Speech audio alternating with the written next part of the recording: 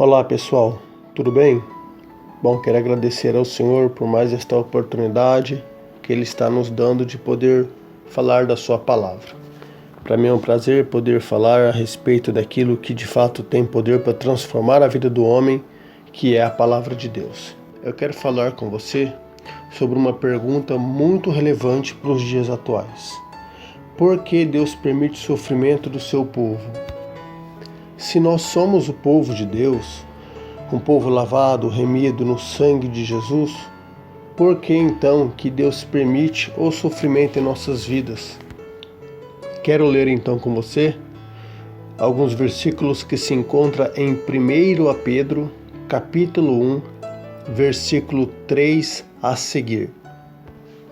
Diz assim a palavra do Senhor: Bendito Deus Pai de nosso Senhor Jesus Cristo, que, segundo a sua muita misericórdia, nos regenerou para uma viva esperança, mediante a ressurreição de Jesus Cristo dentre os mortos, para uma herança incorruptível, sem mácula, imarcessível, reservada no céu para vós outros, que sois guardados pelo poder de Deus, mediante a fé para a salvação preparada para se revelar nos últimos tempos. Nisso exultais, embora no presente por breve tempo, se necessário sejais contristados por várias provações, amado o valor da vossa fé, muito mais preciosa do que o ouro perecível, mesmo apurado por fogo, redunde em louvor, glória e honra na revelação de Jesus Cristo. Pois bem, o texto que nós acabamos de ler relata a história de alguns irmãos que estavam como forasteiros no Império de Roma, na cidade da Ásia, Bitínia, Galácia, Capadócia e no Ponto. Eles eram um povo que estavam numa terra onde não eram deles, ou seja, eles eram peregrinos em terra estranha. O texto que nós lemos, ele retrata a história de um povo que estava sendo considerado pelo Império pessoas de quinta categoria, o qual Deus deu essa carta para Pedro, ao qual foram chamados por Deus não de pessoas de quinta categoria, mas sim de eleitos de Deus, pessoas separadas por Deus para a glória dele. Pois bem, tendo visto isso, que Deus salvou esses irmãos, transformou a vida desses irmãos, e Pedro está escrevendo para eles porque eles estão para enfrentar uma grande tribulação, uma grande perseguição.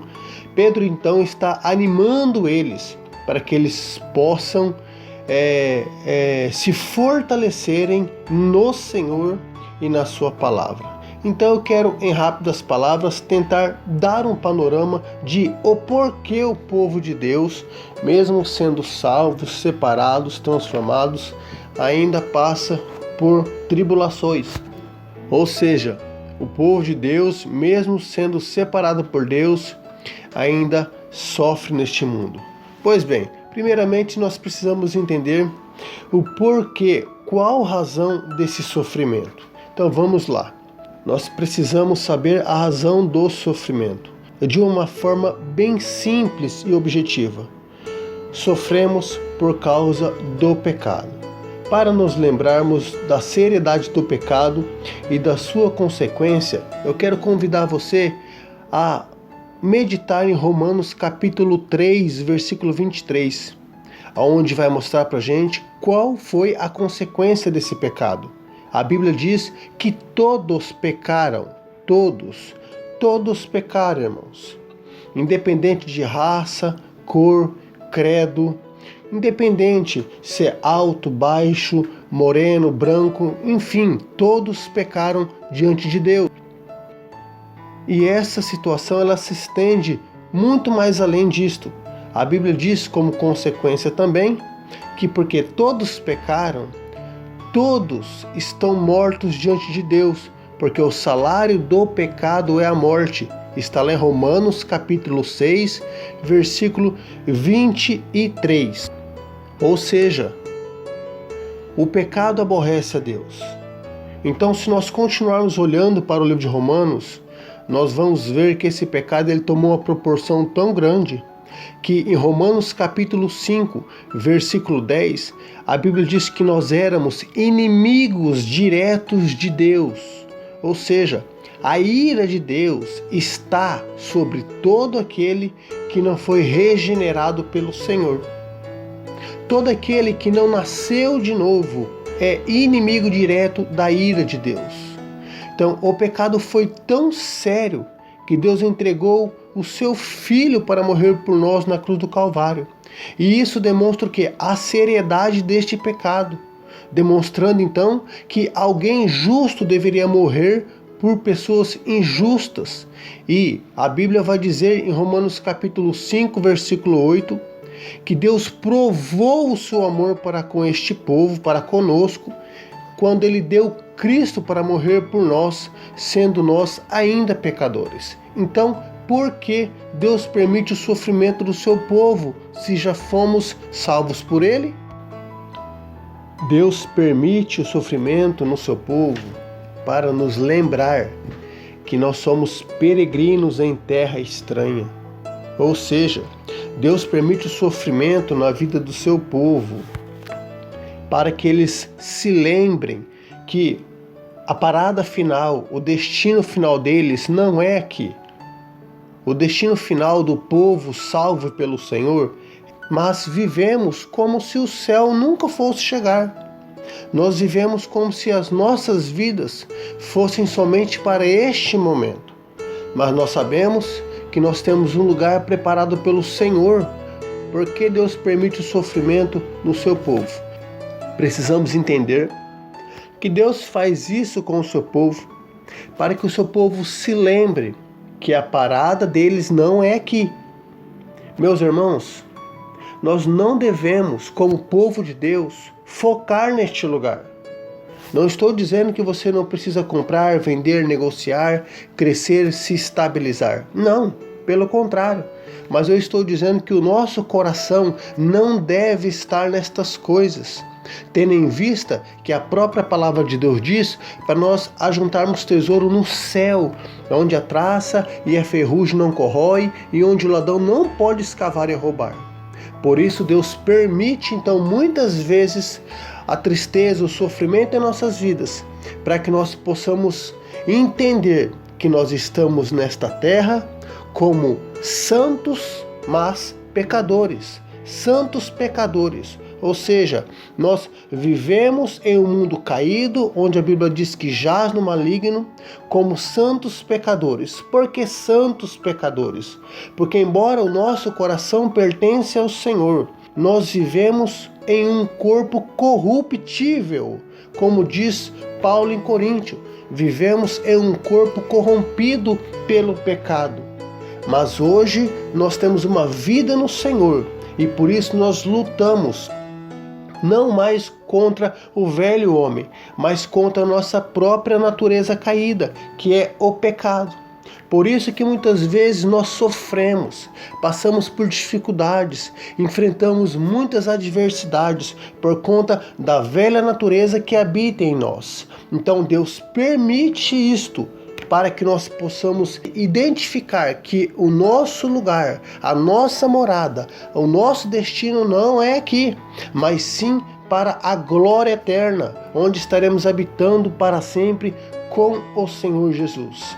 E não somente por isso, Deus faz isso, irmãos, para que o meu caráter, o seu caráter, seja moldado por Ele. Olha o que diz o versículo 6 de 1 Pedro capítulo 1. Nisso exultais, ou seja, alegrai-vos, embora no presente por breve tempo, se necessário seja contristados por várias provações. O que é que Pedro está querendo dizer no versículo 6? Ele está dizendo que este sofrimento trata-se de um chamado a considerar o sofrimento de um ponto de vista da confiança na soberania de Deus.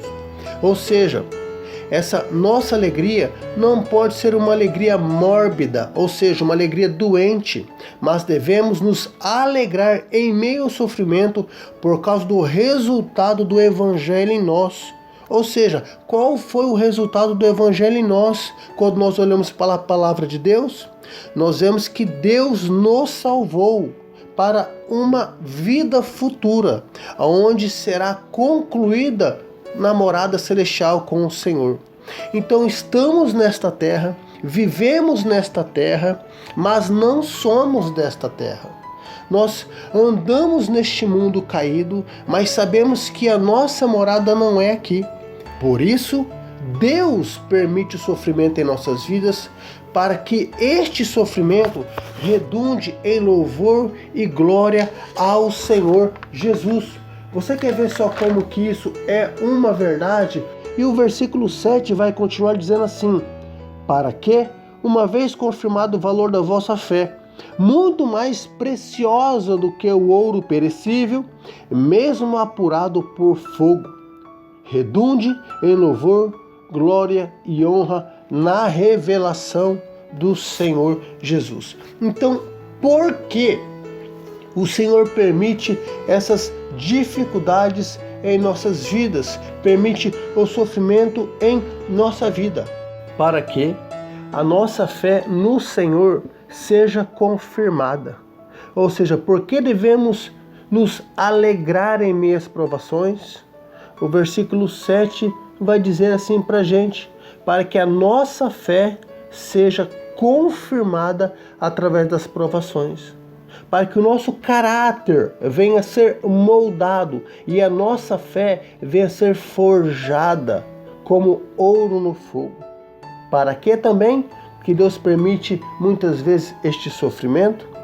Para que tudo isso, esse sofrimento, essa dificuldade, esses problemas, redundem em louvor e glória a Jesus Cristo. Ou seja, nada mais é do que Deus testando a nossa fé, para que nós possamos ser moldados por Ele, para que tudo culmine em glória e em louvor ao nome do Senhor Jesus Cristo.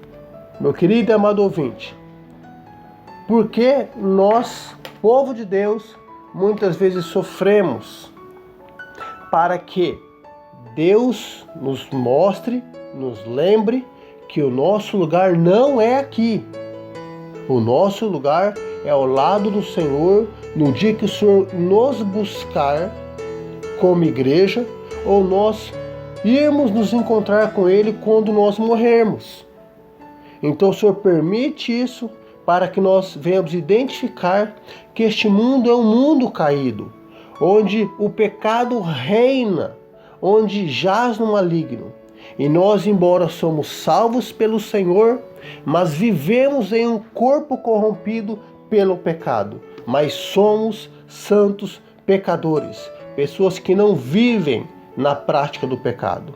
Mas também o Senhor está nos lembrando que essa provação deve nos fazer olhar para elas e olhar para Cristo e entender, como diz o versículo 7, que esta provação, ela tem como objetivo forjar a nossa fé, ou seja, confirmar a nossa fé no Senhor.